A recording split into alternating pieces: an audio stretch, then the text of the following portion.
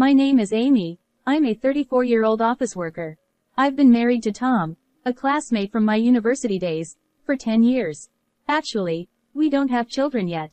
This is because I had a surgery due to illness when I was a child, and which has made it difficult for me to conceive. At the beginning of our marriage, my parents-in-law were looking forward to holding their grandchild soon.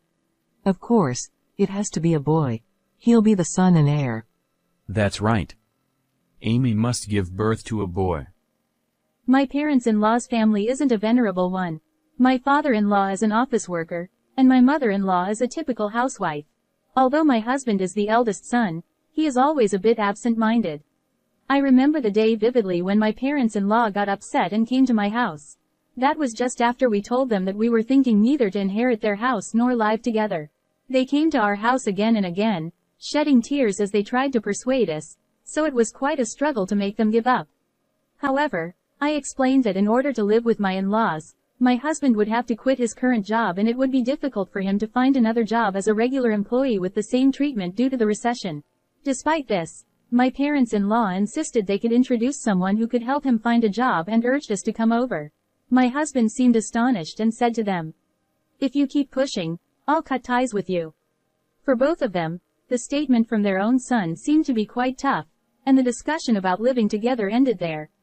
However, it was a different story when it came to urging grandchildren. After years passed without having children, my mother-in-law finally reached her breaking point and began persistently contacting us. When will we ever get to hold a grandchild?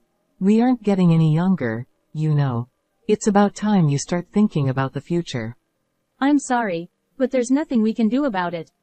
Even though I was asked, "When will you have a child?" I was the one who wanted to know the most. While our friends who got married after us were getting pregnant one after another, why couldn't we have a baby? Was it because of our unhealthy diet, or lack of exercise? Though I look back on my habit, the reason was unclear. Recently, my husband and I went together for a consultation at a fertility clinic, but no specific cause was found. If there had been a cause, there might have been a chance of pregnancy through treatment. However, the doctor also looked at the test results and was puzzled. There doesn't seem to be any major health issue that specifically hinders pregnancy. It might just be a matter of timing. Why don't you wait and see how it goes for a while? Even if the doctor said so, I'm already 34. The older I get, the more difficult it is to be pregnant. When I told that, the doctor suggested an advanced treatment. However, that treatment costs a couple $100,000 per session. Whether to undergo the treatment or not eventually became a discussion with my husband. Every night as I got into bed, I've started researching about the treatment, and it often led to sleepless nights. We decided to take our time and consider whether it's really better to undergo the treatment or to continue our lives with just the two of us. However, it's not just my mother-in-law who didn't allow it. My sister-in-law, Nancy, often teamed up with my mother-in-law to speak ill of me. On that day, when I finished work early and was about to go shopping, suddenly my phone rang. It was from my sister-in-law, Nancy. "Hello?" I heard from my mom. You're having trouble having a baby, aren't you? "Yes, that's right." Hey, Tom is the heir to this house. Don't you understand how serious it is if you don't have a boy? How long are you two going to fool around? You have to start thinking seriously about the future. "We're not fooling around. We're seriously considering it ourselves. Please don't pressure us like this." I couldn't understand why I had to be told such things. What's even more unforgivable is that all these phone calls and remarks were made when my husband wasn't around. That's why my husband had no idea he's being subjected to such heartless words from both of them. Since they kept calling repeatedly despite being at work, I told her not to call me during the day unless it was an emergency. As soon as she heard these words, my mother-in-law erupted in anger. What are you saying? Not having an heir is an emergency. It's because you're always working so much that you can't conceive.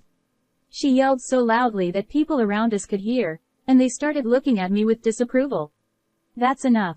Anyway, I'm going to hang up. Feeling uneasy, I hurriedly ended the call, but it was already too late. Can I have a moment? I was suddenly called by my boss and we had a discussion in the conference room. Lately, you have been getting a lot of calls during work hours. Isn't it inappropriate for everyone to keep answering personal calls while on duty? I'm terribly sorry. I'll make sure to explain to my mother-in-law about this. If it's an emergency, it can't be helped. But it doesn't seem like that's the case. Right? If it continues, I'll have to report it to the president. Being cautioned by my boss and looked at disapprovingly by those around me, I felt mentally exhausted. Even my colleagues with whom I had been close seemed distant, and I found myself eating lunch alone more often. Despite working diligently, I couldn't understand how things had come to this. Before I knew it, I had lost 11 pounds in weight. I had a poor complexion due to the inability to eat, and I had been feeling unwell for a while. Even the colleagues who had been distant before seemed to realize the severity of the situation and suggested taking a break from work. However, I was in no condition to even listen to their advice properly. After I got home, I sat alone in the dark room, shedding tears without even turning on the lights. My husband found me when he got home in such a state, hurried to my side. What's wrong? What happened? He dropped his bag and rushed over to me. Upon seeing his face, I felt reassured and suddenly burst into tears. I continued crying until my voice became hoarse, and throughout, my husband was gently patting my back. After I calmed down from crying, I told my husband everything that had happened. I explained how my mother-in-law repeatedly called me during work, urging me to have a child, and how my sister-in-law would join in, pressuring me to have a successor. I didn't hide anything, even mentioning how I received a scolding from my boss because of the frequent calls during work hours. It's a family matter, and they're my husband's family. Hearing negative comments about our own family isn't pleasant for anyone. But my husband listened to me without interrupting, until the end. I'm sorry for saying all that about your family. But I just can't take it anymore. With tears held back, I told my husband in a trembling voice, and suddenly, he pulled out his phone from his pocket. Hey, Mom? Will you stop calling Amy from now on? What you've been doing is bullying her. From the conversation, it was clear that the person on the phone was his mother. Hearing this, once again, she countered him with a sharp tone. What are you talking about? I'm just trying to give you guys advice out of concern. How on earth does that equate to bullying? Amy, are you being a bit paranoid? She refused to admit any wrongdoing and kept blaming me. Despite this, my husband stood his ground. He made it clear that matters concerning the children were between us as a couple and requested that she refrain from intervening. However, while it may be a marital issue for us, it's not just a matter between us from my mother-in-law's perspective. As the eldest son and heir of this household, my husband should be more aware, according to my mother-in-law. I didn't expect that there were still people bringing up the issue of the heir even in this era. I listened with astonishment to her words, feeling incredulous inside. As the conversations with my mother-in-law became increasingly tiresome due to the lack of understanding, my husband sighed heavily right in front of me. Listen, Amy has been getting scolded by her boss because of you guys. Doesn't it break your heart to see Amy, who's working so diligently, being treated unfairly? Please, stop calling. With that said, he abruptly ended the call. Sorry for the trouble caused by my mom and sister. You can ignore their calls and texts, and feel free to block them if you want. Thanks for speaking up for me. Yeah, I'll block them. After that day, we didn't receive any calls or texts from them. When they couldn't reach me, they started calling my husband. At first, he dealt with it casually, but as it became more troublesome, he seemed to reach his limit. Enough is enough. I won't answer your calls anymore, and I'll block your messages. With that, even my husband started blocking their calls and messages. The two who couldn't accept it showed up at our house later, banging on the front door and shouting loudly. Hey Tom, Amy? We are here, open up quickly. We've come all the way to visit, so why can't you even welcome us properly? What kind of upbringing did you have? I'd like to see your parents' faces. While they criticize us for not opening the front door, isn't it more uncouth to shout loudly at 6 a.m. on a holiday? My husband was awakened by the commotion, and was quite angry, not only because he had just woken up but also because his mother and sister had been making noise outside since the morning. Enough already. Do you know what time it is? If you make any more noise, I'll call the police. Just mentioning the word, police, might make many people hesitate and stop their harassment, wouldn't it? However, even when they heard that, they didn't leave. Instead, they showed a stance that they wouldn't leave until they were let in the house. Thinking that it would be a considerable nuisance to the neighbors, We reluctantly unlocked the door. As the door opened, they casually kicked off their shoes and barged into the room. What do you think you're doing? Ignoring calls and messages. Is this how you treat your real parents? Exactly. It's so disrespectful of you as a daughter-in-law. Especially when I came to share the news of my pregnancy. What? Pregnant?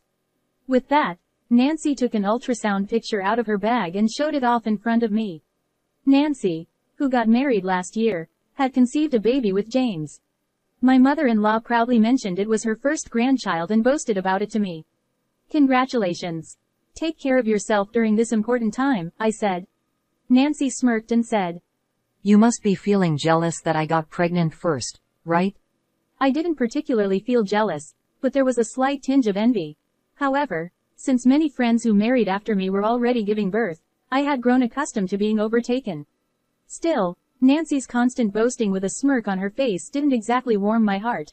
Probably Nancy's pregnancy had shifted my in-laws' focus. My husband's mother had simply stopped bombarding him with incessant calls. However, my mother-in-law seemed a bit disappointed that the baby turned out to be a girl, as she had her heart set on a boy initially. Nevertheless, I think it was happy that they had come to see us. When my husband expressed this sentiment to them, my usually opinionated mother-in-law fell silent. We hadn't given up either. We kept going to the hospital repeatedly, continuing with the treatments. Sometime later, we knew that Nancy had given birth. Looking at the photos, the baby had fair skin and sparkling eyes, undeniably adorable. After things settled down, family members gathered so my husband and I attended with a gift to celebrate. Seeing the baby peacefully sleeping in the corner of the crib, I couldn't help but smile. Oh, how adorable she is. Her eyes look just like Nancy's. Tom remarked. James approached us while we were conversing and asked if we wanted to hold the baby. Holding the baby with unfamiliar hands, I was first surprised by how light she was. Watching her sleep so peacefully in my husband's arms, I wondered if we would feel such endearment if we had our own child. At the dinner table, the conversation naturally turned to the baby, and once again, our situation was brought up by relatives. You've been married for years now. Why haven't you had children? Being parents is what makes you complete. You need to become parents soon to reassure your own parents. Such remarks pierced my heart, leaving me feeling uneasy. As I struggled with the conversation, Tom, who was sitting next to me, responded. That's true, but having a child is a blessing. We want to be well prepared whenever the baby decides to come. As my husband responded with a smile, they didn't pursue the matter further. But, 2 weeks after meeting Nancy's baby, a miracle happened to us. Surprisingly, we found out that I was pregnant. Despite years of struggling with infertility, both my husband and I were overjoyed at the long-awaited pregnancy. However, since it was still early in the pregnancy and I was not yet in the stable phase, we decided to not inform our parents until the stable phase came. Shortly after learning about the pregnancy, morning sickness set in, and I experienced several days of poor health. I couldn't manage household chores properly, and even going to work became challenging. When I consulted my boss about it, they suggested taking a break until my health improved. Considering my long history of treatment, those around me refrained from urging me to go to work. Grateful for their consideration, I decided to take a break until my health improved. My husband, despite being busy with work, actively helped with the household chores. Are you okay, Amy? I got something light that you might be able to eat. Do you think you can eat it? Thank you. I can't believe how nauseous I feel. It's tough. I'll do my best to make you feel more comfortable. Thank you. My husband was very kind, taking care of me and actively assisting with household chores despite being busy with his own work. He did everything without complaint, allowing me to rest assured and relax during this difficult time. 4 months into the pregnancy. The baby was growing well, and my belly had started to swell slightly. Just when I was about to inform my parents, my mother-in-law and sister-in-law caused a huge incident. It happened when my husband and I were visiting our hometown together. Since my parents' house was in another prefecture, we drove for 2 hours one way. Dad, Mom, I have a baby in my belly now. It's the long-awaited pregnancy I've been waiting for. When my parents learned about my pregnancy, they were overjoyed. Especially my mother, who knew how much I had struggled, shed tears of joy. Although she hadn't mentioned it, I'm sure my mother had been eagerly awaiting a grandchild. Congratulations. Take care of yourself during this crucial time. Thank you. We plan to visit again when it's time for giving birth. We stayed overnight and returned home the next morning. When I tried to unlock the front door, our nosy neighbor, Mr. Ollivander, from down the street, showed up. He wasn't a bad person, but once he got involved, he tended to stick around, making him a bit of a hassle. As I looked at his face, he seemed troubled about something. Can I have a word? Sure, what is it? From your house, the crying of a baby was quite loud yesterday. Are you taking care of it properly?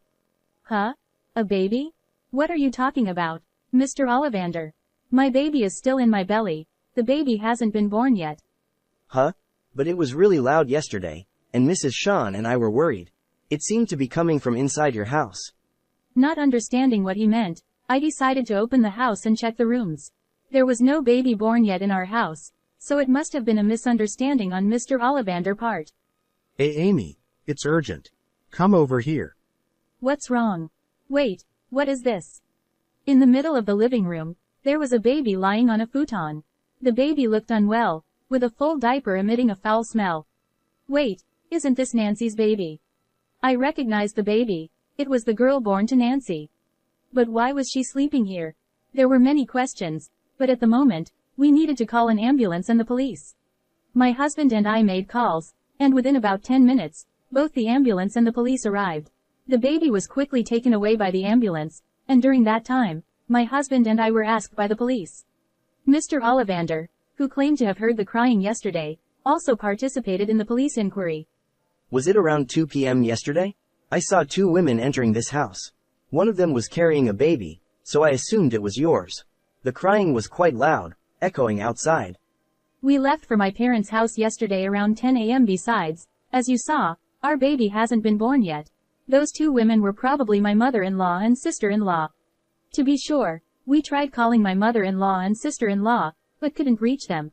So, my husband called Nancy's husband. Unexpectedly, we got shocking news. Nancy and my mother-in-law were apparently on a trip to South Korea together. Nancy mentioned that our daughter was supposed to be with you, Amy. That's why I didn't make any confirmation calls. I never imagined this would happen. They probably assumed we'd be back that day, so she left the baby. They never expected us not to return during the day.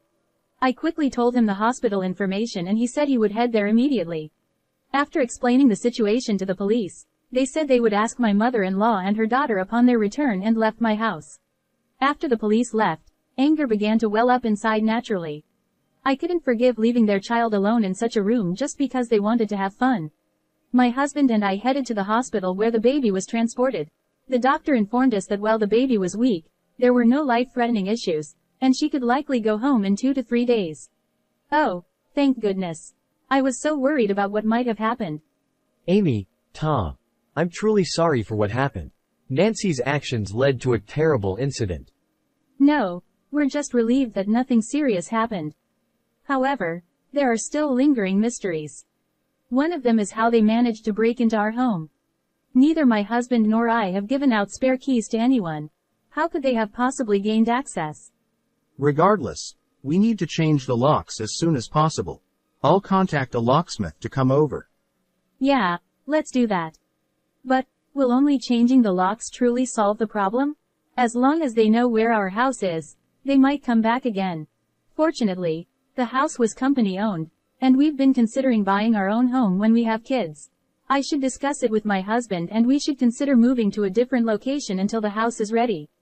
Sometime later, I received a call from James. He informed me that upon their return to Japan, they were immediately taken into police custody for questioning. Apparently, they had assumed that I would take care of her baby, so they left at home.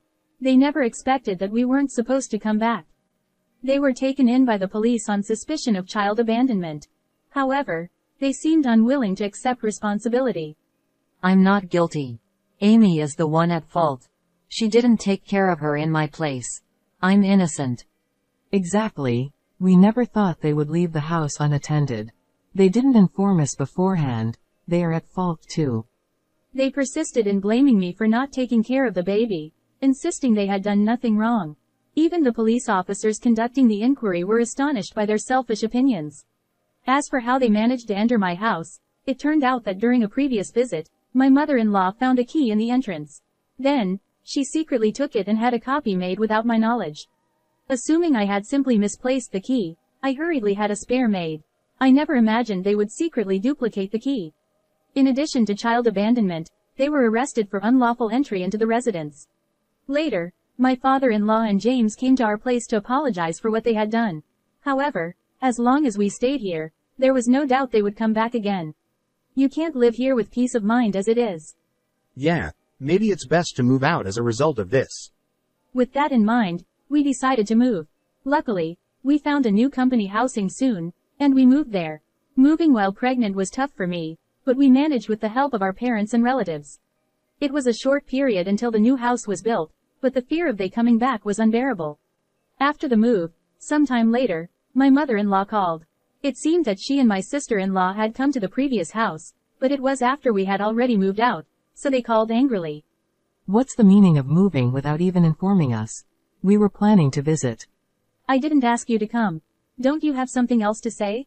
After causing such an incident, shouldn't you apologize to me? That's not our concern. It's your fault for not telling us you'd be away.